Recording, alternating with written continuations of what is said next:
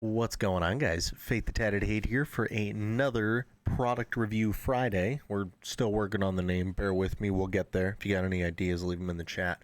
But today we're actually going to be talking about people who may be looking to either switch from console to PC or people who are on PC and using a controller and looking to switch to keyboard and mouse. We were originally going to be talking about the Go XLR Mini that I have right here, but I am going to save that until next week because I do have on order, I'm waiting for it to come in, a new good quarter-inch plug-in headset and a good XLR mic, because right now I'm using the Yeti plugged in with an aux cable, which still works, which we'll cover next week, but I want to get the whole audio overhaul set up in order to do a review on that rather than just the singular product itself. So, but today, what we're going to be covering is the Razer Tartarus V2. So, a lot of you guys may know had always been playing on controller up until I'd always been playing on console, PS4, up until about 2 years ago.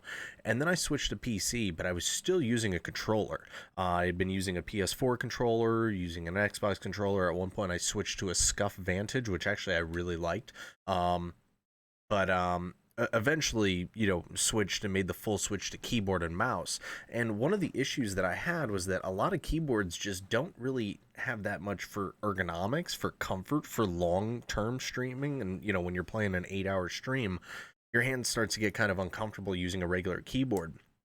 Also, one of the issues that I had was when you're playing on a controller, every button is right there. You barely have to move your hands. You barely have to move your fingers in order to use a button on a controller. On a keyboard, though, you have to reach pretty far to press some of the buttons, whether it be M or T or G or something like that. And it makes it kind of awkward when you're first transitioning. So that's where I started doing some research and found out about like the mini game pads that a couple of different companies have. And as you guys know, I'm a big fan of Razer. I have the Razer Huntsman Elite keyboard. I use the Razer Synapse program pretty religiously to control a lot of stuff on my stream. And once I'm done building the new stream PC, I do have a Razer mouse that I'm going to be using. So I saw the Razer Tartarus V2 here and absolutely loved it. A couple of the unique features about it: it has 19 keys all right there for you to use, but then it also has, which you guys will see, a bunch of buttons on the side that are actually completely, like, everything's completely remappable. But what it does is it takes your like up, down, left, and right arrow that's on the right side of the keyboard and natively puts that right above your thumb. This way, when you are, playing a game, you have all those additional buttons right there for you. So rather than having to, reach all the way for an M or reach all the way for an I for your inventory or something like that, you can map it right to one of those side buttons. It makes it very, very easy to use. So on top of that, as you can see, there's a lot of funky colors going on it. I push a button and everything kind of freaks out. I have that all being controlled with the Razer Synapse program. So this is completely customizable. There's three different presets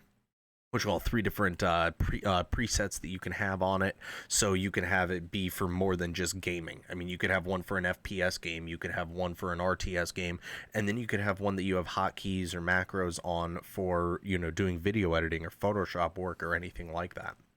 So the keys themselves are actually really good for streaming because they're called mecha membrane, and they are mechanical keyboard. They are mechanical keys, but they're very quiet. So when I'm pressing on them, they are nowhere near as loud. Like, I'm pressing on them right now, and you cannot hear it because they're significantly less clicky.